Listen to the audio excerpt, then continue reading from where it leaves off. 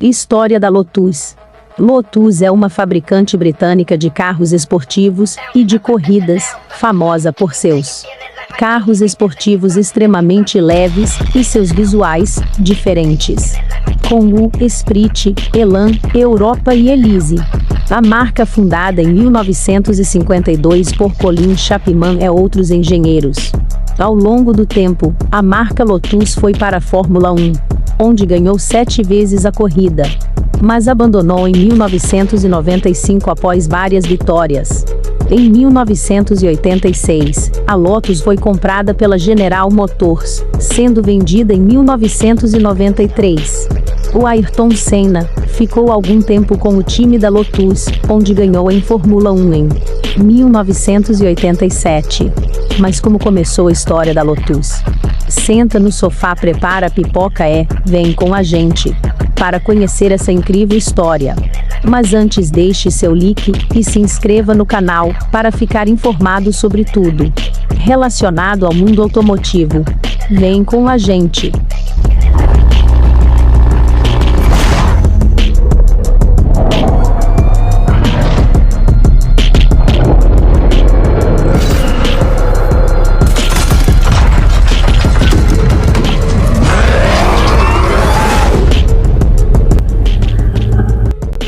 A empresa foi formada como Lotus Engineering Limitada, por engenheiros Colin Chapman e Colin Dary, ambos graduados da University College, em Londres, em 1952.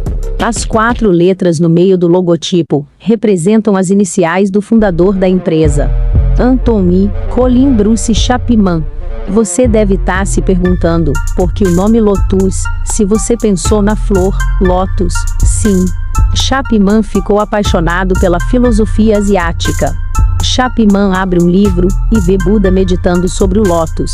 O engenheiro, apaixonado por aviões, enquanto sonha em dar asas a um carro, contempla essa imagem. Mais tarde ele daria o nome de sua empresa, Lotus Cars. A Lotus é, nos dias de hoje, uma das marcas de carros mais conceituadas que existe, com um currículo invejável de conquistas no ramo do desporto motorizado e carros desportivos, com aptidões incríveis, especialmente em curva. Foi fundada em 1952 por um senhor chamado Colin Chapman, também conhecido como Adrian Newey do seu tempo, um engenheiro com um fascínio por carros de corrida, e que começaria as suas aventuras na Fórmula 1 apenas 10 anos depois, em 1958, e conseguiu obter um número bastante respeitável de 7 campeonatos de construtores. Mesmo sem participar no desporto há quase uma década, continua com um registro impressionante, sendo vista como uma das marcas mais bem-sucedidas no desporto, equiparável ao Williams, McLaren ou Mercedes, que recentemente igualou a Lotus no número de títulos. Todos os carros feitos pela Lotus, para corridas ou para o público, seguem o mítico lema dito por Chapman: simplificar e adicionar leveza. Este lema ajuda a descrever os carros da Lotus em geral, carros muito ágeis, e com o mínimo de distrações e equipamento, de modo a que os carros sejam leves, e que o centro de gravidade fique o mais perto do chão possível. Em 1947, Colin Chapman, ainda um estudante universitário, construiu o seu primeiro automóvel tendo como base o chassi de um Austin 7. Este era um automóvel muito leve criado para competição. Esse modelo viria a ser chamado Lotus MKI. Colin Chapman viria a criar novas versões do mesmo modelo, tendo o Lotus MK3 sido um sucesso nas provas desportivas. A enorme vantagem conseguida pelo Lotus MK3 levou à alteração das regras naquelas provas. Devido ao enorme sucesso dos modelos lançados, Colin Chapman associa-se a Michael Allen e Nigel Allen, dando início à marca Lotus em 1952. A Lotus lança o seu primeiro verdadeiro automóvel nesse ano, o Lotus MKV. Este modelo tinha incorporado o motor da Ford 1.5 litros. Em 1957, é lançado o Lotus 7, uma nova versão do Lotus MKV. Este modelo transformou-se num ícone da Lotus, alcançando um enorme sucesso de vendas. Com a intenção de descontinuar o 7, a Lotus vendeu em 1973 os direitos de produzir o 7 a Caterham, sendo ainda hoje produzido com o nome Caterham 7.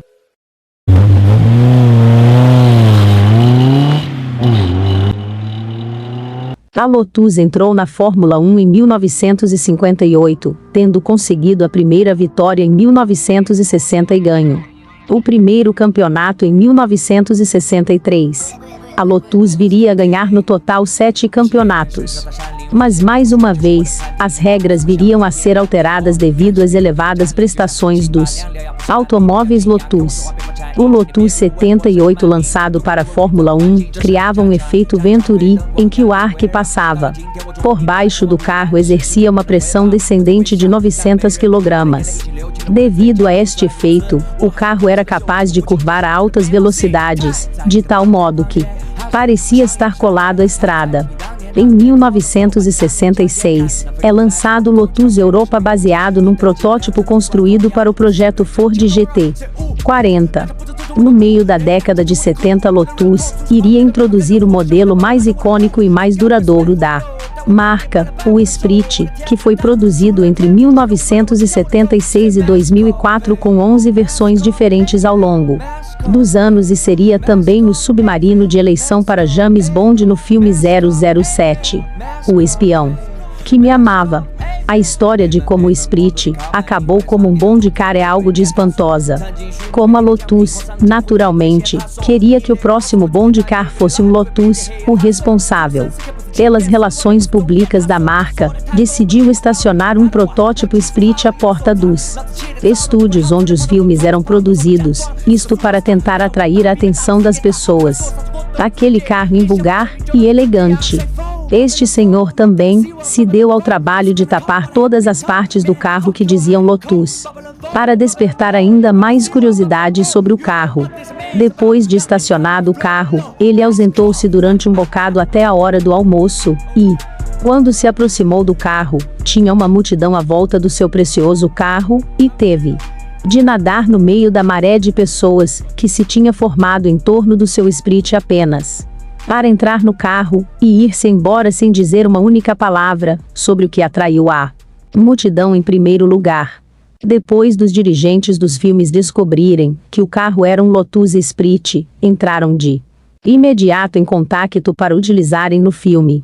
Entretanto, no meio disto tudo, a equipa de Fórmula 1 tinha somado mais 3 títulos de construtores e 2 de pilotos até 1976, tornando-a mais bem-sucedida de sempre, e na altura com 6 mundiais de construtores em seu nome. A Lotus também iria popularizar o efeito de solo em carros de Fórmula 1 poucos anos depois.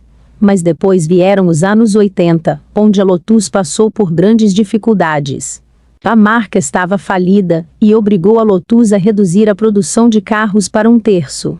Tudo por causa da recessão da economia, principalmente nos Estados Unidos, que se tinha tornado o mercado mais importante para a marca.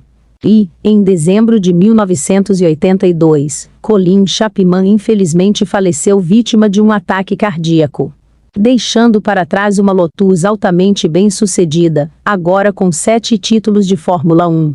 Mas à beira do colapso financeiro.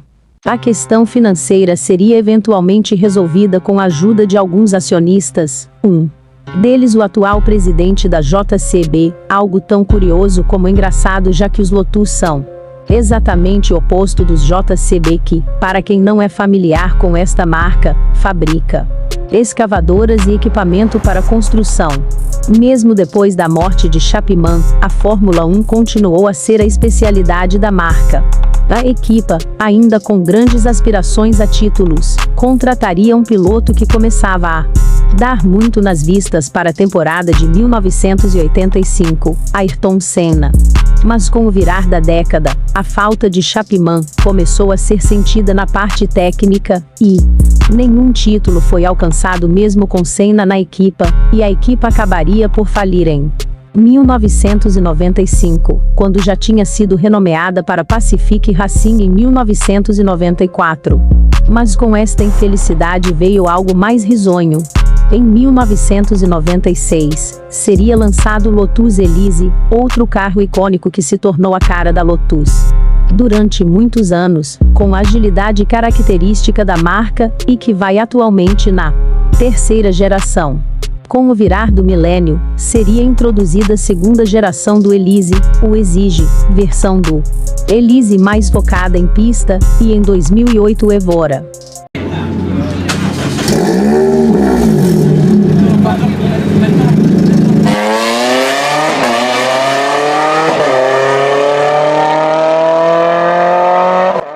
O Lotus também regressaria à Fórmula 1 2 anos depois, mas estranhamente com duas equipas, e ninguém consegue realmente entender ou explicar o como desta situação. Ambas as equipas, entretanto, deixaram de estar associadas a Lotus, com uma tornar-se Caterham e a falir em 2014, e a outra dar lugar a Renault em 2016. Com o mundo a virar-se para os carros elétricos, a Lotus anunciou em julho de 2019 que ia fazer um hipercarro totalmente elétrico, com produção a começar em o carro irá ter uns bíblicos 2.039 cavalos, e um motor por roda, humilhando qualquer multimilionário no seu Bugatti. O modelo é uma homenagem declarada ao exemplo piloto, que foi campeão com a Lotus em 1972. As cores relembram o carro Lotus Type 72, em preto e dourado, que ganhou 5 das 11 corridas da época. Há também a inscrição 8 na coluna B do carro, a qual remete ao número do carro original. Em relação à motorização, nada muda em relação ao Evija convencional. A versão de Fittipaldi despeja incríveis 2,039 cavalos de potência e 173,35 kgfm de torque. Com isso, ele vai de 0 a 100 km por hora em menos de 3 segundos, e a 300 km por hora em 9 segundos. A velocidade máxima limitada a 350 km por hora. Sua autonomia é de 402 km, WLTP. Se você curtiu, se liga que nos próximos dias eu estarei postando outros vídeos com conteúdo parecidos com esse. Vai ser muito importante você assistir, então clica agora para se inscrever e ativar o sininho, para você ser notificado quando sair vídeos novos.